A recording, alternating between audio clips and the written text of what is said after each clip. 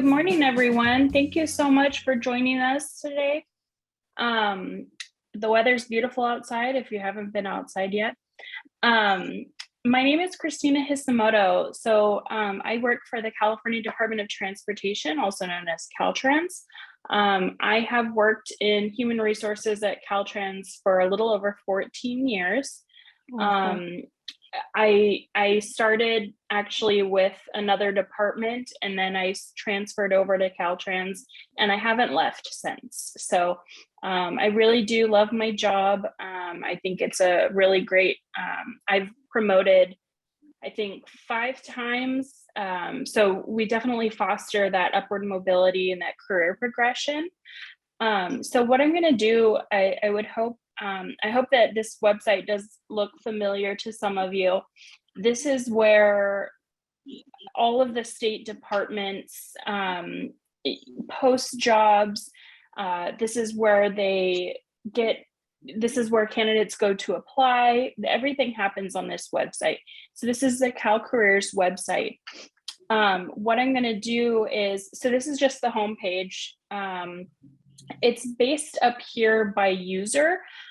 So if you're new and looking for a state job, you can definitely go to get a state job, and there's some resources that are available on the website here, like the process. So I believe everyone's familiar with the process, but step 1 is to kind of search for the different types of opportunities that you're looking for. Step 2 is to take an exam. So there's an exam or an assessment for every position that you can think of for the state of California. For Caltrans, it's anything from right-of-way agents to engineers. We've got surveyors, transportation planners, a lot of different types of careers that are available. And then, of course, step 3 is to apply. Like I said, everything happens on this website here. So what I'm going to do is I'm going to do an advanced job search. So I'm going to click on that. Yeah, so definitely it's good if you have an account. If you don't already have one, you'll want to create one. But what I'm going to do is I'm going to search for jobs, specifically with Caltrans. So you can see that I filtered it here by Department of Transportation, which is like our more official name, if you will. And then you can see there's 322 jobs available. So to get a better understanding of what different types of jobs these are, I'm going to group jobs by classification here, or by title. By class. So I'm going to click on that, and then we can kind of go through some of the jobs that are available. And this is statewide. So it's definitely, you can certainly search by location, but the location can sometimes limit. Let's say there's a statewide ad available and the position is located in Sacramento. Okay, so what I'm going to do is I'm going to take a look. Most of the job titles, you can tell what type of work is involved based on the title. So if we're looking here, we've got accounting officer, environmental planners, a steel inspector, we've got a telecommunications engineer. We go down, we've got heavy equipment mechanic, we've got our equipment operators here. Let's see, we've got more landscape positions, maintenance positions. We've even got cooks. We've got our attorneys. We've got dispatcher clerks. Gosh, we have so many different types of positions, which is kind of exciting. We've got our bridge design folks, our engineers, and we have a dive team that actually will be able to check the foundation of the structure underneath the water. We've got engineering geologists, scientists. We've got our ferry boat masters in the Bay Area, over in the Delta, Rio Vista area. We've got a couple of ferry boats there that transport passengers to and from an island that's over there. We've got IT. we've got some maintenance mechanics, office technician, research analyst, right-of-way agents, landscape architect, special investigators. We've got a lot of different types here, but I did want to talk about like some of the progression or the career ladders, if you will. So for myself personally, I did not have a degree when I started with the state. I took a general office assistant exam and I started applying for all office assistant positions in Sacramento because that was where I wanted to work. I sent out hundreds of applications. This was back when they were still paper applications, and I ended up getting a call back from Department of Corrections, and they were offering more money than slightly more money than what an office assistant would make. So I immediately accepted that job, and I started working for Department of Corrections. And then within a year, I had actually transferred out into Caltrans. So it's really, I'm here from Caltrans, but I help recruit for the state of California. The state is such a really good job, great benefits, retirement plans, work-life balance. I know a lot of people in the engineering field or construction field, even they work long hours, sometimes less days, but longer hours, always on call. And one of the things that I like about our jobs is that, as soon as 5 o'clock hits, I'm still sometimes answering emails, but I have that ability to just completely, separate from my work and be able to enjoy time at home. So it's a really great opportunity. So for myself, my progression was from office assistant to, and it was an accounting clerk.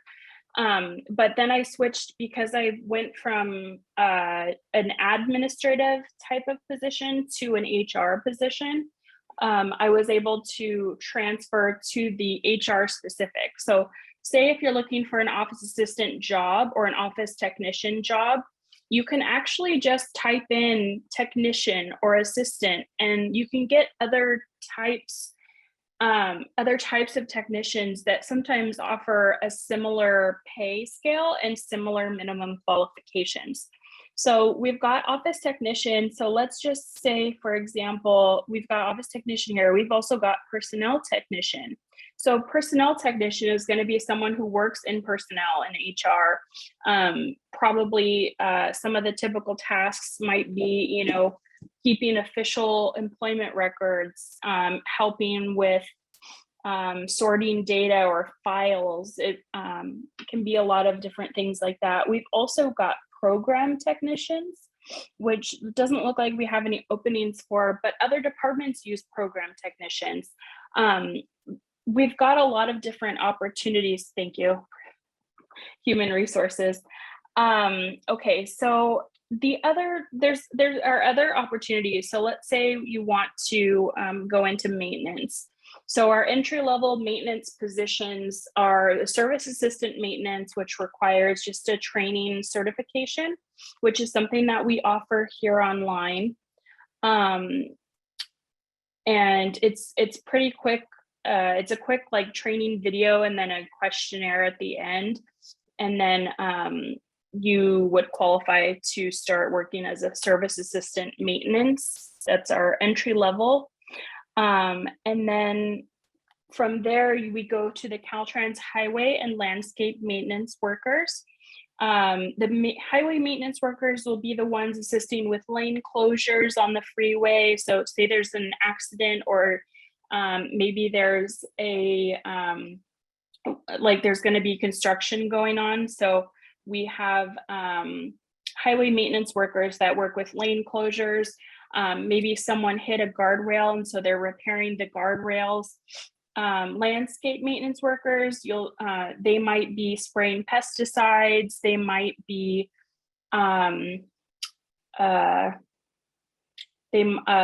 sorry, they might be picking up litter on the side of the freeway. So different tasks there for the highway and the landscape. Those both require a Class C driver's license. And then you can actually move up to the next stage, which is the lead worker or the equipment operators. So we've got heavy equipment operators. So the best example I have is up in Truckee, and we're actually hosting an event out there in the next couple of weeks to hire for equipment operators. So that requires either a Class A or a Class B driver's license with the tank endorsement, and it requires relevant experience. So it can take some time to meet those minimum qualifications, but we have a really supportive team and we help you through that. If you're interested in progressing in your career, we have people that can help you and support you in your goals and achieving your goals. So we've got our equipment operators, and then you go up to the lead workers, so the supervisors, and then into management. So it's just a really great progression. So like if we're switching back, I apologize, I didn't mention this earlier. So like my progression, it went from a personnel technician to the way it goes is you can progress if you continually if you work in that field, you can gain work experience that can help you promote. So like I said, I promoted about 5 times. I am now a manager in human resources. So I have a team of people that go out and help recruit for different classifications across the state of California. So that's kind of what we do in our office.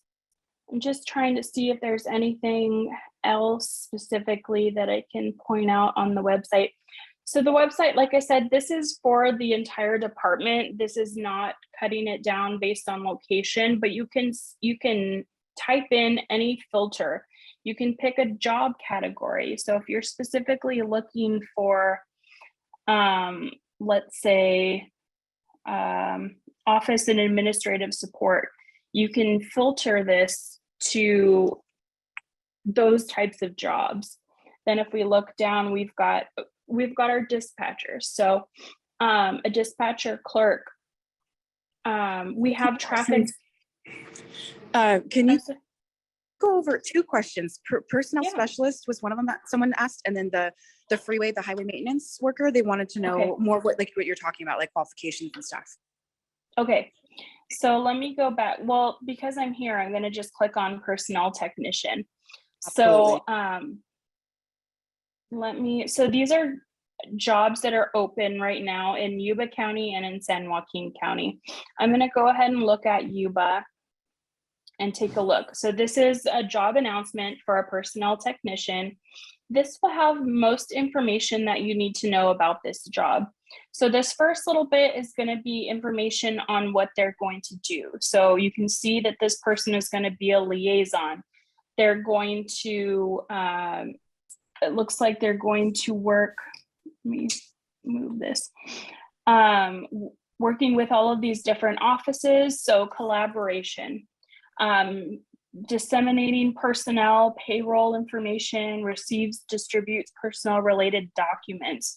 So you want to make sure that your application, when you're applying for this job, that your application identifies what they're looking for. So like this, to me, it's going to be a liaison. So it's going to be collaborating with all of these different areas. So you want to make sure your application identifies your experience in collaborating and being a team player. These are all things. So even if you look at the duty statement and you open it up into a new window, so I'm going to show you the duty statement. So this is a duty statement for the personnel technician. It gives a little bit more information. You can see it's within human resources. And if you scroll down a little bit, it gives that general statement about what they're going to be doing. core competencies is something that you can highlight in your experience. So let's say it's, reliability, conflict management. Some of those things are things that maybe it's a little bit harder to put into your job descriptions, but it's helpful if you have that in there. And then even incorporating those into your interview responses. So let's say you have an interview for this position, you want to there will likely be a question on conflict management or on teamwork. And that's something that you can, be prepared, have an example ready to go. A good example that, indicates, we like to say the STAR method, which is, let me look it up again because I always forget the exact task, action, and result. Yeah, we definitely teach our students that. Yep, perfect. Yep. So that is the kind of thing that you want to. So this is why the duty statement is so helpful. It can help you identify some questions that may be coming up on the interview, and that'll help you just prepare yourself. And then the last part of the duty statement that is super important are the essential tasks. So we've got 30%, 30%, and 15%. So we want to kind of look at these. So provide support, performs necessary research.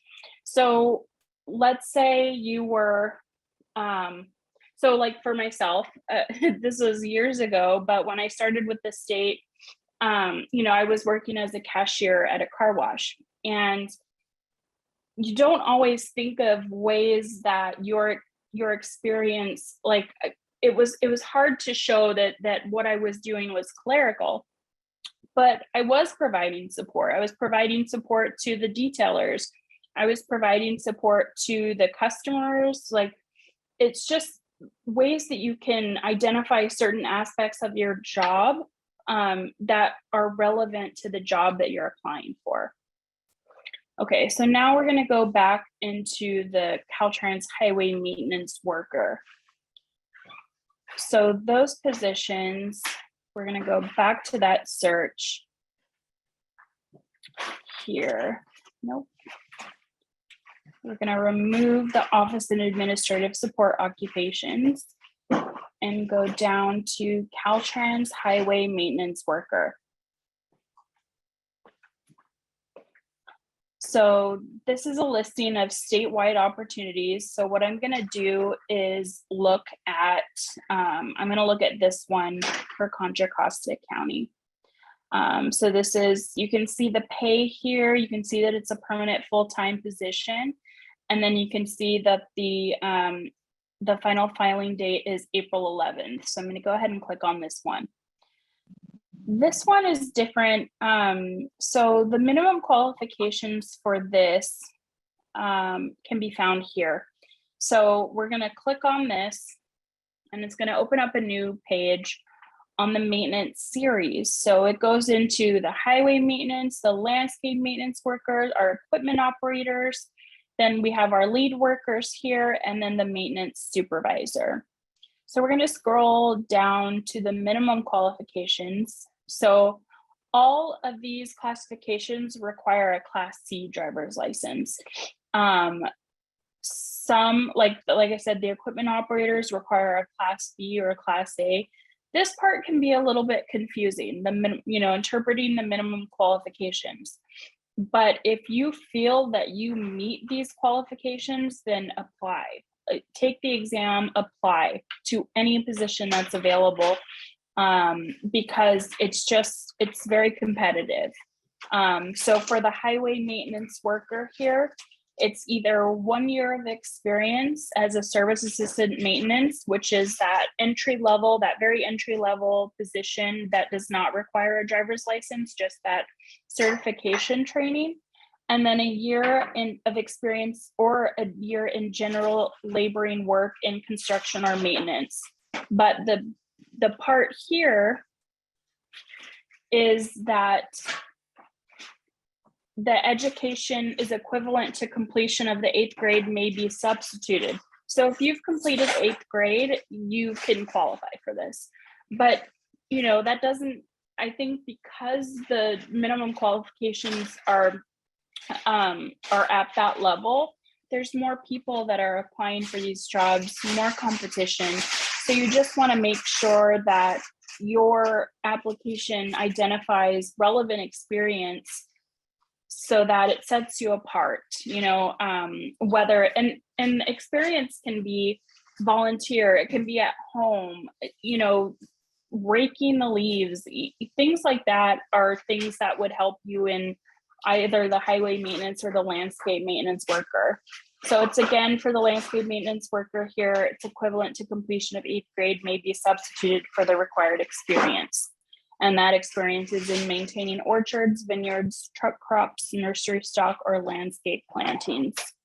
So like I said, those are the entry level. Then we go move up to our equipment operators, which does require the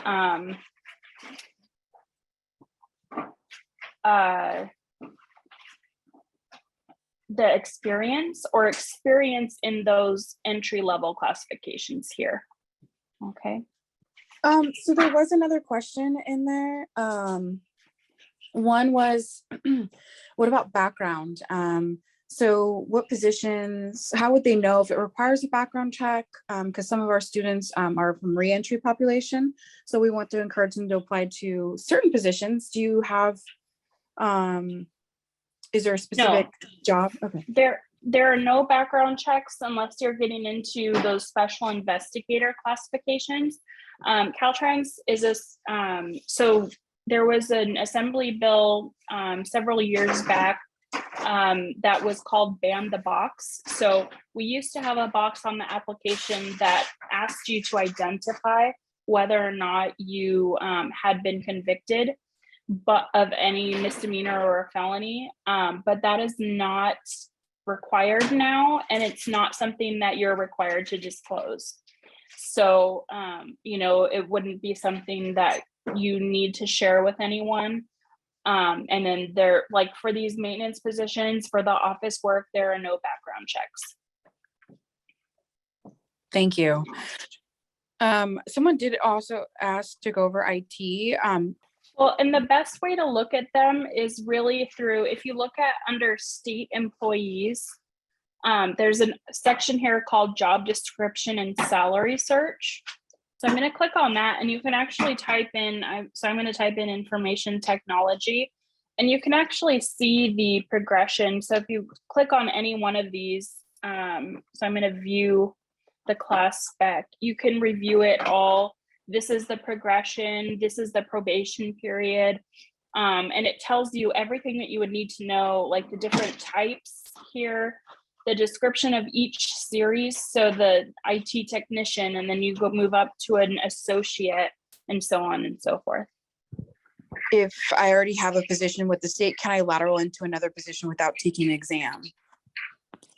Okay, so you can definitely lateral, because it depends on your appointment. So you have to have an AO1 appointment to lateral into another. So it's getting real HR jargon here.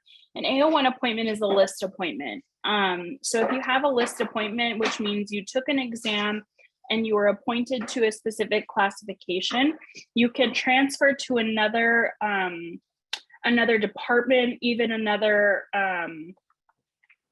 just another division or program area, and you can keep your same classification into that same classification.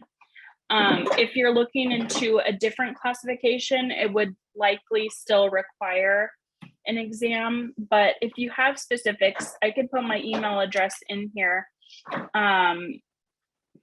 if that's okay to share. I can look it up.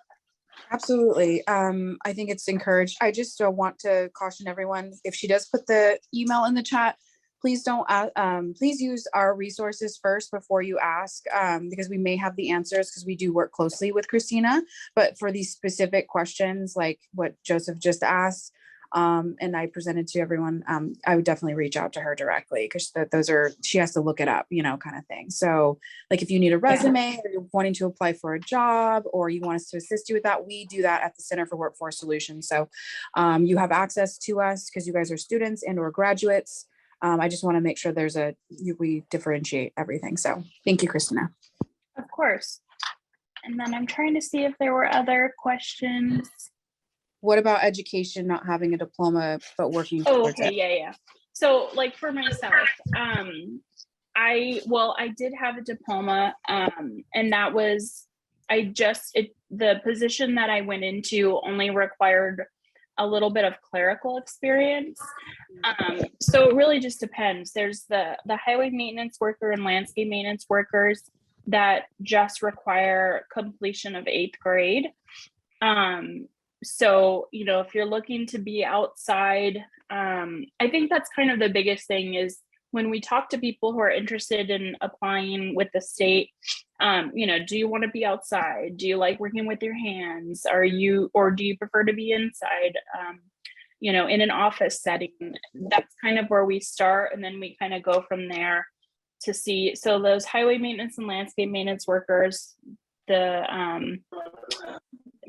education is not required, just the 8th grade. Thank you so much on that. What is the entry-level job for an office to apply? So an entry-level job for the office would be something like an office assistant. So we've got like an office assistant position here. This is for another department, but we're going to go ahead and click on it. So this is for the Department of Social Services. And I'm just going to show you what the minimum qualifications are for this. So this is the progression. It goes from an office assistant to an office technician. And then from there, it goes into the analyst series, the analytical series.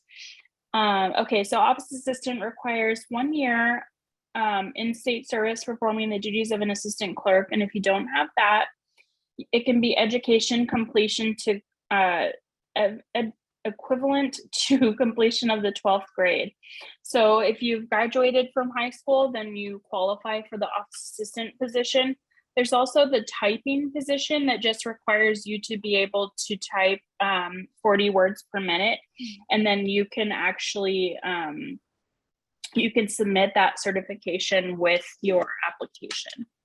Okay, thank you. Okay, so I'm gonna just pull up this one because it's here. So if you scroll all the way down to the bottom, for every job, there's a hiring unit contact here. So Amy Bigar is the contact for this one. And this one actually even has a phone number. It doesn't always have a phone number. Sometimes it's an email address. You wanna reach out to that hiring unit contact and see, where they are in the process, if they've already filled the position, are they going to do interviews? You can even ask if there was, a specific reason. Sometimes this is the hiring manager, sometimes it's not. Sometimes it's, administrative support for that hiring manager. So they may not have the specific answers to your questions right away, but they should be able to get you in contact with the hiring manager. Thank you for the opportunity to come and talk to you today about jobs with the state and Caltrans.